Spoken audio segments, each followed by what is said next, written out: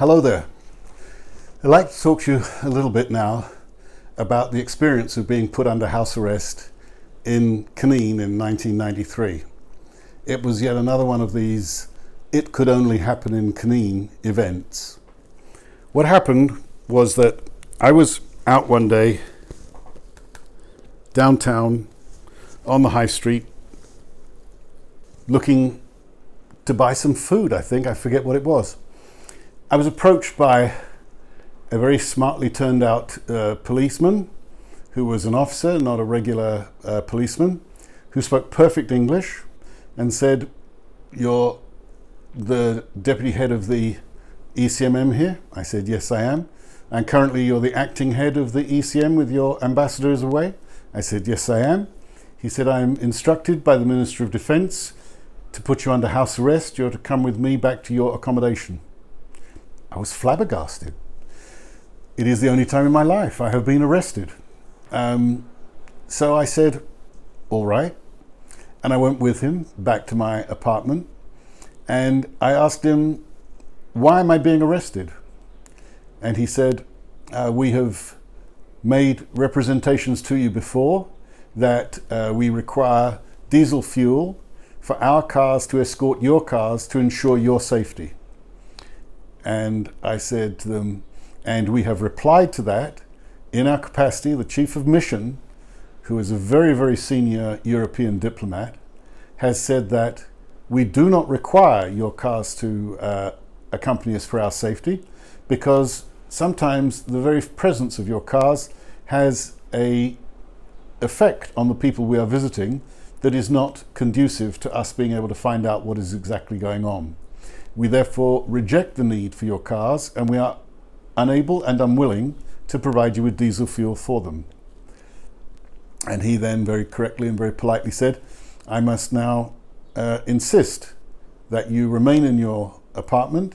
The Minister of Interior has said that the two armed policemen with me are to maintain guard outside and they will be replaced from time to time. You are not to attempt to leave your apartment.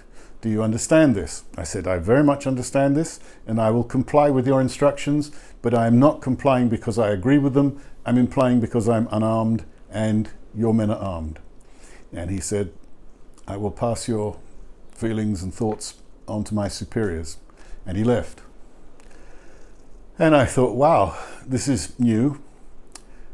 Now, there were two things that the policeman didn't understand. Firstly, all of the fuel for the entire ECMM mission came from the government of Italy as its contribution to the mission. So instead of putting up money for routine administration and stuff like that, they provided the fuel. It could only be signed for by an Italian official. It could not be signed for by me as the senior guy in our region. I had no control over it.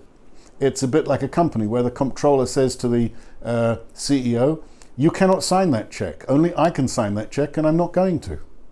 So I was aware that we had spelled this out to the police before. The second thing that they didn't know, and that actually almost nobody in the mission knew, was that 2 days previously, a small package had arrived at the headquarters, and while all the monitors were out doing their monitoring and I was in the headquarters with the 3 admin staff, I looked at this package and I took it into my office and I opened it up, and it was a tiny little satellite phone. It had a tiny little 3-legged stand with a little cone, and it had its own little keyboard, rather like a notepad like this one. And it meant that I could use the satellite phone to call out. So I rigged it up and I did a call to headquarters, and sure enough, I could talk to headquarters. And so I was able to speak directly to the chief of mission that day. And the chief of mission was a very senior European diplomat. And I said to him, "Excellency," because you always refer to ambassadors as Excellency. They love it and it gets you off the hook for anything else. So I said, "Excellency, I have been put under house arrest. It's the old fuel thing again. And I've told them before that I cannot authorize the release of fuel. Only an Italian official can do that. And I want you to know that I'm perfectly safe. I don't consider there to be any physical threat to my person. These guys just want fuel. They're trying to extort fuel from us. And the chief of mission was very concerned. He said, really, you must stay in touch. You've got to do this, you've got to do that. I said, Excellency, please don't worry about me. I'm absolutely sure that I'm not in any physical danger whatsoever. I will check in once a day with you or your chief of staff if that is what you're telling me to do. Yes, yes, very much. And mostly after that, I checked in with the chief of staff, but 2 or 3 times he wanted to talk to me to check that I was still okay. And so I had told people where I was, that I was okay, and there was nothing I could do about my situation. So the next day when the young police officer, who was clearly the liaison officer assigned to me, came to see me, I said, look, in my office, there are 2 huge baskets, one labeled in, one labeled out. This is all the paperwork that arrives on my desk. I am giving you full authority to ask the administrative staff to show you everything in my in-basket. There's nothing there that's classified, confidential, or anything. It's routine correspondence. I'm happy for you to check that there is nothing in there that is of a danger to you or your people. Please, would you bring that basket down here so that when I'm sitting, I can at least catch up on some paperwork. And this will, be a quid pro quo to me being absolutely obedient to whatever you and your people tell me to do. And he kind of liked that. He was a reasonable guy. And he said, okay, I'll make sure I clear it with my boss, and I will tell him that because I am fluent in reading and speaking English, I can flick through your papers and check there's nothing in there of a seditious nature, etc., or a security risk. And so for the first few days, he checked it. After that, days 3, 4, 5, 6, 7, it was just delivered to my front door, and I took it in.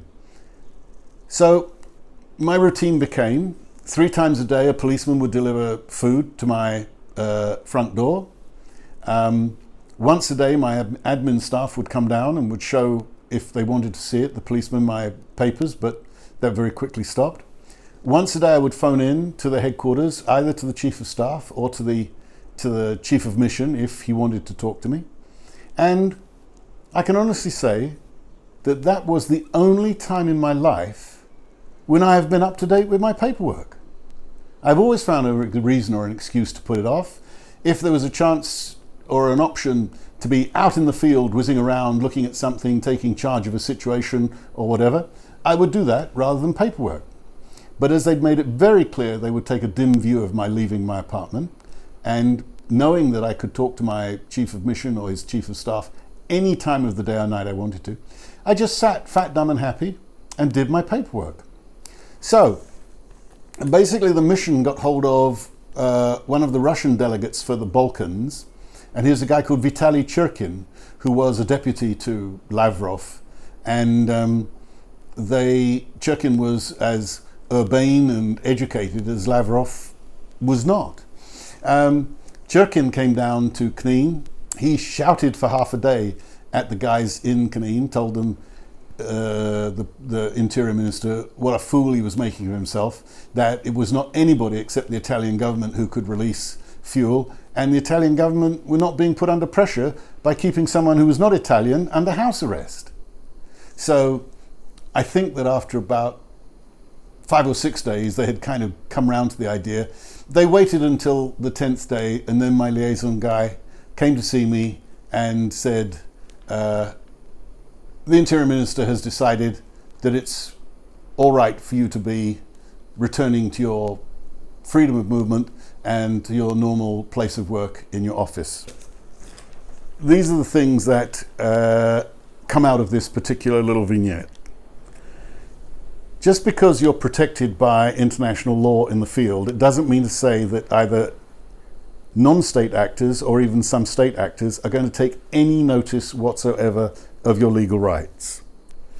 Some of the state actors, even though they're bound as signatories, simply claim that these were ill-disciplined units that will be dealt with later by national authority, and that they had no knowledge of your detention.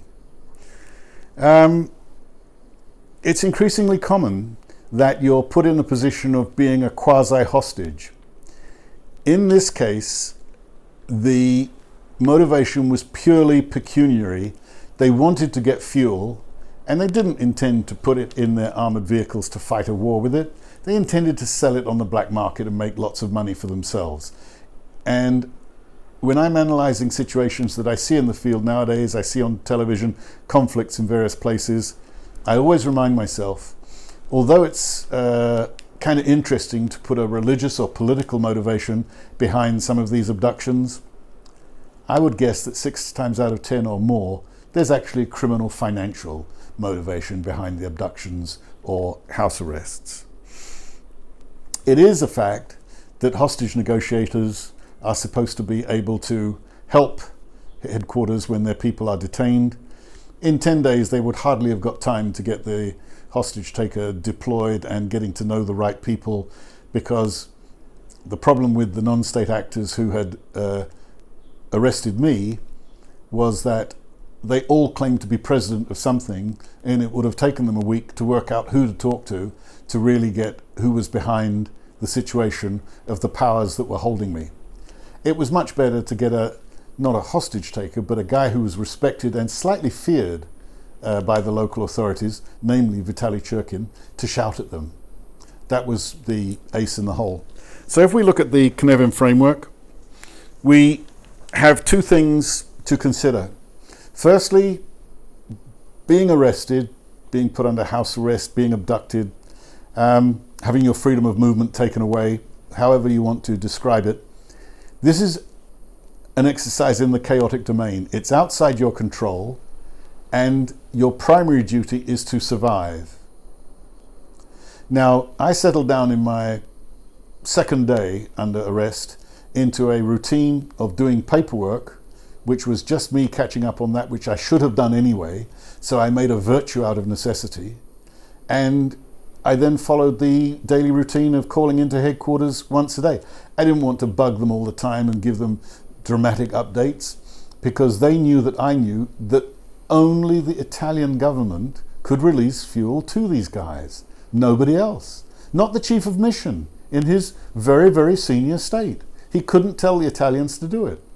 And the Italians could shrug their shoulders and say, but he's not one of ours. Why would we give you fuel for him?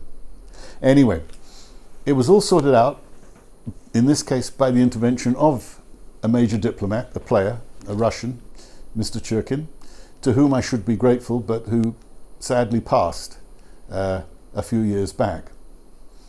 And that really is all I have to say about being put under house arrest.